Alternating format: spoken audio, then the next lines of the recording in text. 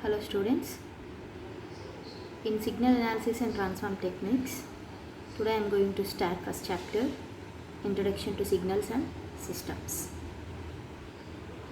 So in today's class, we will see the definition of signal, next how many types of signals, dimensions wise, one dimensional signal or two dimensional signal like that. Next, how to represent the signals. We are having two types of signals here, continuous time signal and discrete time signal. So how to represent this continuous time signal and discrete time signal. And next we'll see elementary signals. So what are elementary signals, how they are used, how they are useful in signal analysis, what are those elementary signals, how to represent, we'll see in today's class. Okay, so now let's start the video. So first, what is signal? Anything that carries the information is called signal. Or one more definition is there. It is also defined as it is a physical quantity that varies with time, space or any other independent variable. Okay, so a signal that may be represented in time domain or frequency domain. So in the next classes we'll see what is time domain analysis, what is frequency domain analysis, which one is advantageous, which one is used for periodic, aperiodic signals. We'll see these terminologies in later sessions. So we can represent the signal in both ways, time domain and frequency domain. So there are examples of signals, electrical current, voltage. So these are the examples of signals. So what is one-dimensional signal and what is two-dimensional signal? One-dimensional signal means, sir, here we already saw the definition that varies with time, a physical quantity which varies with time, space or any other independent variable. If the signal is varying or if the signal is dependent on only one dimension, then it is known as one-dimensional signal. If the signal depends upon two independent variables, then it is known as two-dimensional signal. But today we'll always for next few sessions we'll see only one-dimensional signal. So now we'll see what is representation. Representation of signals. So there are two types, continuous time signal and a discrete time signal. Continuous time signal means the signal is defined for all instants of time. Discrete time means the signal is only defines for discrete times. For only particular time the signal is represented. It is known as discrete time signal. Here continuous time signals are represented by x of t, small t as a variable. Here discrete time signals are represented with x of n, small n. So continuous time signals are represented in two ways. First one is by using a function, second one is by a graphical representation. So here I am considering a function that is x of t. If x of small t is there here, t is nothing but continuous time signal. If small t is there, if small n is there, then it is discrete time signal. So x of n is equals to x of t is equals to a sin omega t plus pi, where a is amplitude, sin of omega t plus pi. So here the same function I am representing in a graphical way. The sinusoidal function is representing in a graphical way, then it will be like this. A is nothing but magnitude and t is 2 pi by omega, time period, like this. So a continuous time signal for every instance of time there is some value. The signal is represented for each and every instance of time, then it is known as continuous time signal. Okay. Discrete time signal means the same sinusoidal signal I am representing in discrete format like this. So here I am having amplitude for only some times, for this, for this, for this, for this. I am having amplitude. If here consider I am not having any amplitude, here no amplitude, here no amplitude, then it is known as discrete time representation. Okay, so here I am having two types, function and graphical representation for continuous time signal, but there are four types of representation in discrete time signals. So there are, along with these two, functional and graphical representation, I am having two more, that is tabular and sequence representation. Okay, first we will see graphical representation. Graphical representation is nothing but figure.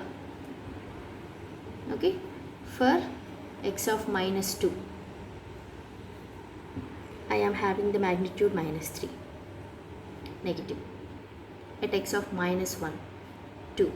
At x of 0, 0. At x of 1, 1, I am having 3, amplitude 3 here. X of 2, that is 1. X of 3, that is 2. So this is graphical representation. Functional representation means the same I am representing in functional form. Okay, it is discrete, that's why I am using x of n. If it is continuous, I have to use x of t. Okay, so functional representation, the same graphical representation I am using in functional format. Okay, so I am having minus 3 for n is equal to minus 2. For n is equal to minus 1, I am having amplitude 2. For n is equal to 0, I am having 0. For n is equal to 1, I am having 3. For n is equal to 2, I am having 1. For n is equal to 3, I am having 2. Functional representation. One more example for functional representation. The same values can be represented in tabular form. In tabular format, here for n is equal to different values, x of n is having different values like this. Just same values I am represented in tabular form. And sequence representation. Sequence means, see here, x of n is equal to minus 3, 2, 0, 3, 1, 2 like this. Okay, and here I am representing, I am placing an arrow mark. If I am placing an arrow mark means from here we have to consider n is equal to 0. Right side of n is equal to 0, I have to consider positive values, that is n is equal to 1, n is equal to 2, n is equal to 3 like this. Left side of this arrow mark I have to consider negative values, that is n is equal to minus 1, n is equal to minus 2 like this. If there is no arrow mark representation in a sequence, then the sequence starting value should be considered as n is equal to 0. Okay, so you have to write a notes. Next, what are the elementary signals? Elementary signals are also called as standard signals. So why they are called as standard signals means these are the signals mainly used for signal analysis.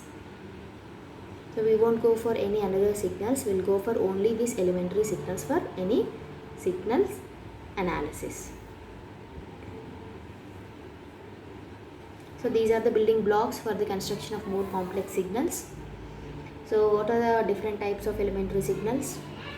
There are 7 signals: unit step, unit ramp, unit parabolic, unit impulse, sinusoidal, real exponential and complex exponential functions, etc. So what is unit step function? Unit step function means the step function which is having the magnitude unity. This is a unit step function representation. Here exactly t is equal to 0. Less than t is equal to 0, I am not having any magnitude. But greater than t is equal to 0 or t greater than or equal to 0, I am having the magnitude 1. One magnitude is there means it is unit step function. It is just like a step. And unit means having magnitude 1. Unit step function represented by u of t. U of t means the signal represented in continuous time signal.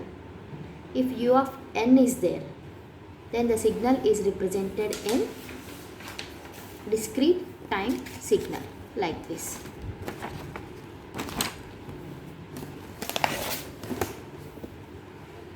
U of n like this.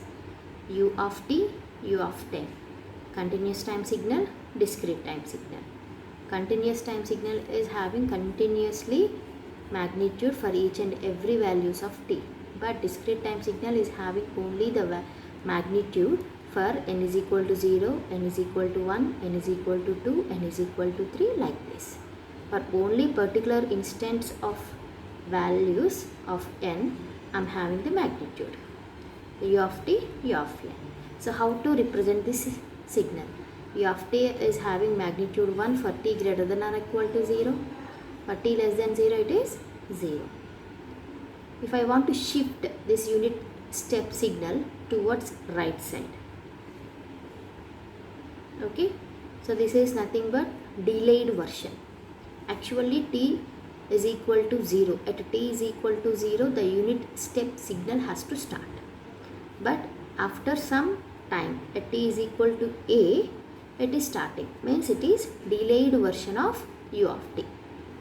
So at t is equal to a, the unit step signal is starting. So this can be represented by u of t minus a. Okay. So how to represent this u of t minus a? How I got this u of t minus a means inside you have to consider t minus a. T minus a equal to 0. Just write t is equal to a. So at t is equal to a, the unit step signal is starting. So at t is equal to a. Okay, the unit step signal is started.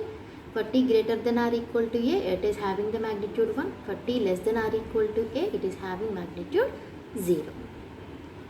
Like this, you have to, you can write in discrete form. U of n minus k. Next, I am having unit ramp signal. The unit ramp signal representation is like this, R of t. It is represented as R of t, continuous unit ramp signal. Unit ramp signal means it is having the slope always unity. It is having the slope unity. So R of t is equal to small t for t greater than or equal to 0 and t less than 0, it is 0. So as t value is increasing, the value is same as t. At t is equal to 1, it is having value 1. At t is equal to 2, it is 2. T is equal to 3, it is 3. As t increases, the same manner the R of t is increases. So the shape of ramp signal I got is like this. This is unit ramp signal which is having the slope 1, R of t. Okay. So how we got this value? This shape. R of t is represented as t for t greater than or equal to 0. It is 0 for t less than 0.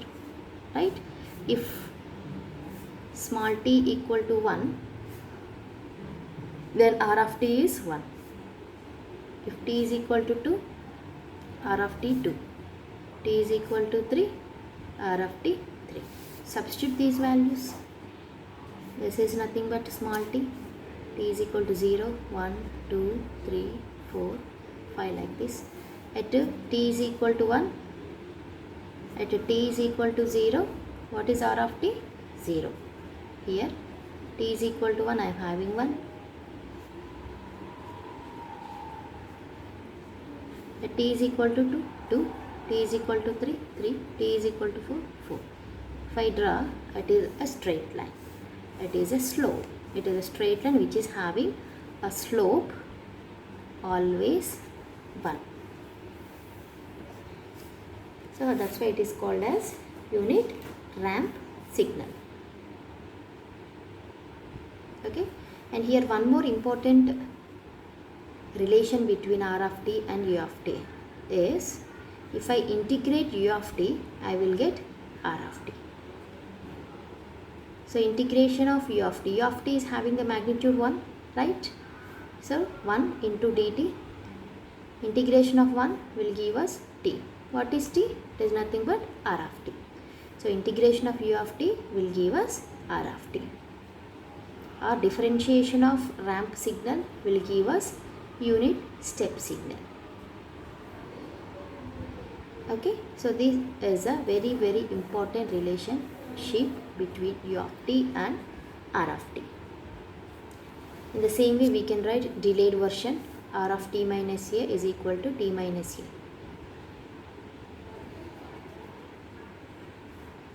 R of t minus a is equal to t minus a into u of t minus a. This is a delayed version of ramp signal. And ramp signal which is represented in discrete form. Instead of t, we have to mention it with a small n. R of n is equal to n into u of n. R of n minus k is n minus k for n greater than or equal to k. 0 for n is less than k. Same relation for continuous and discrete time signals. Next, unit parabolic signal. The parabolic signal is represented by like this. P of t is equal to t square by 2 in for t greater than or equal to 0 and t less than 0, it is 0. Parabolic signal means it is having the shape like this.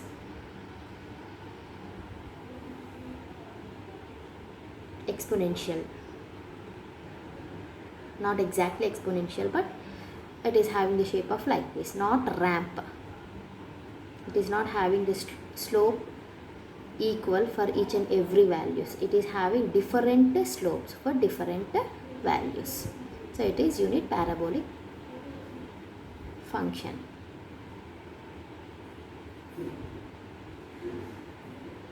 So P of t is equal to t square by 2, t greater than or equal to 0, t less than 0, it is 0.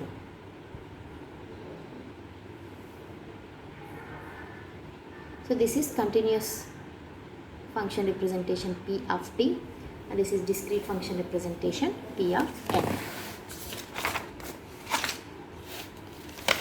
And these are the, as usual, the delayed version of continuous parabolic function, delayed version of discrete parabolic function.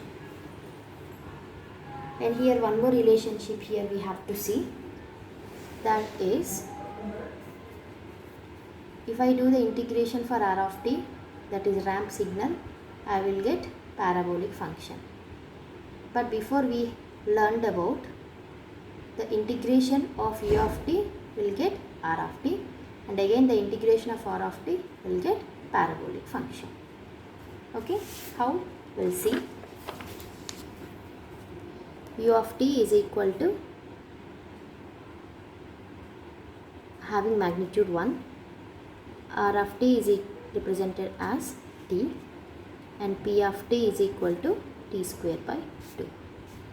So r of t can get by doing integration of u of t into dt.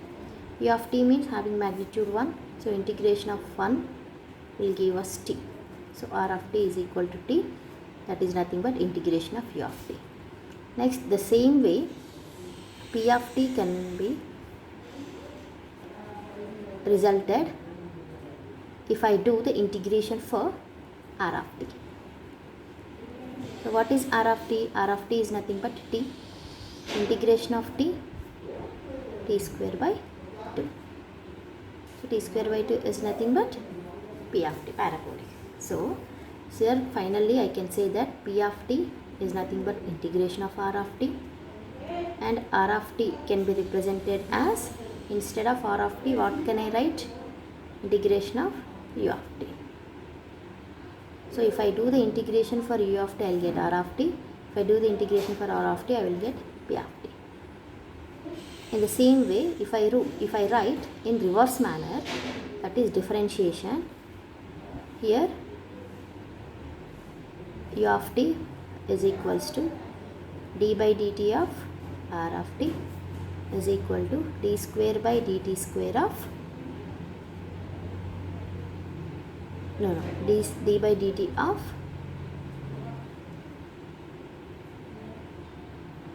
p of t.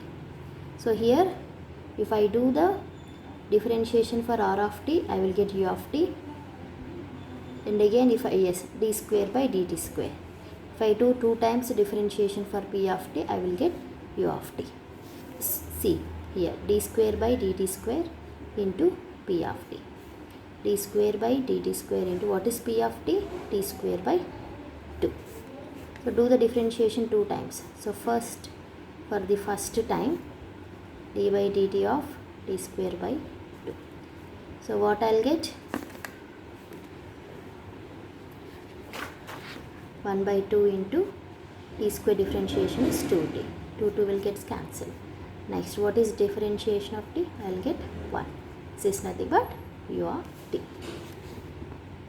Okay. So this is very important derivation. Please note it down.